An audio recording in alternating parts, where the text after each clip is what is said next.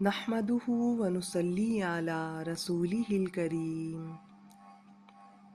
اما بعد فاعوذ باللہ من الشیطان الرجیم بسم اللہ الرحمن الرحیم رب اشرح لی صدری ویسر لی امری واحلل عقدۃ من لسانی یفقہوا قولی وَاجْعَل لِّي وَزِيرًا مِّنْ أَهْلِي رَبِّ زِدْنِي عِلْمًا رَبِّ يَسِّرْ وَلَا تُعَسِّرْ وَتَمِّمْ بِالْخَيْرِ آمین۔ آج انشاءاللہ تعالی بإذن اللہ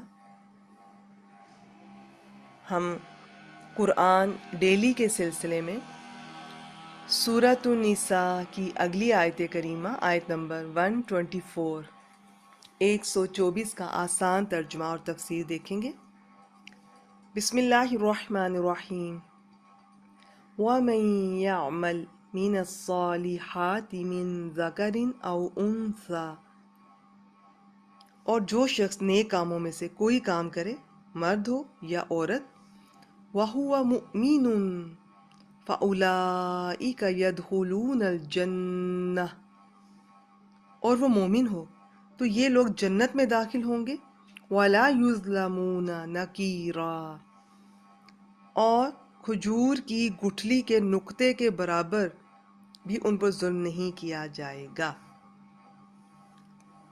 جی، نقیر اس چھوٹے سے گڑھے کو کہتے ہیں جو کھجور کی گٹھلی کی پشت پر ہوتا ہے۔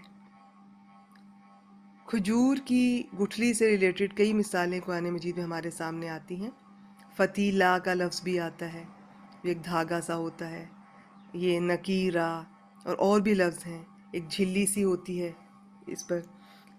تو یہ چیزیں چونکہ کھجور کھانے کے بعد گٹھلی زیادہ تر لوگوں کے کسی کام نہیں آتی، ان کے استعمال میں نہیں آتی، تو یہ ایک طرح کی لوگوں کے لیے یوز لیس چیزیں ہوتی ہیں۔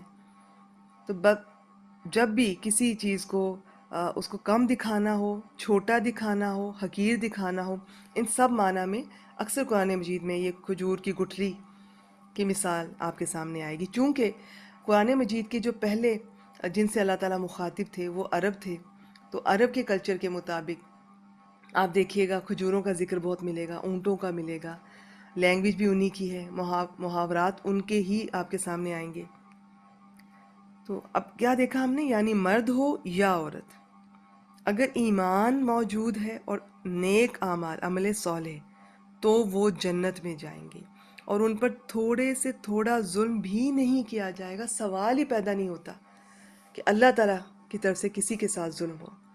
اچھا جی، عمل صالح کی اس کی ڈیفینیشن میں 2 باتیں لکھ لیں۔ نمبر 1، یہ صرف اور صرف خالص اللہ کے لیے کیا گیا ہو۔ نمبر 2، اللہ کے بتائے ہوئے طریقے کے مطابق، جو کہ سنت ہے۔ جو عمل ان دونوں پر پورا اترے گا اسے عمل صالح کہا جائے گا۔ صرف یہ نہیں کہ اللہ کے لیے کر لیا مگر طریقہ سنت نہیں تھا، خود ہی ایجاد کر لیا تو بدعت ہو گیا۔ تو یا طریقہ سنت طریقے پر ہی کوئی کام کیا لیکن نیت اللہ کے لیے نہیں تھی، اللہ کی رضا نہیں تھی، دکھاوا مقصود تھا، کوئی دنیاوی فائدہ مقصود تھا، تو بھی بات نہیں بنے گی۔ یہ تھی آج کی آیت کریمہ۔ وآخر دعوانا ان الحمد للہ رب العالمین۔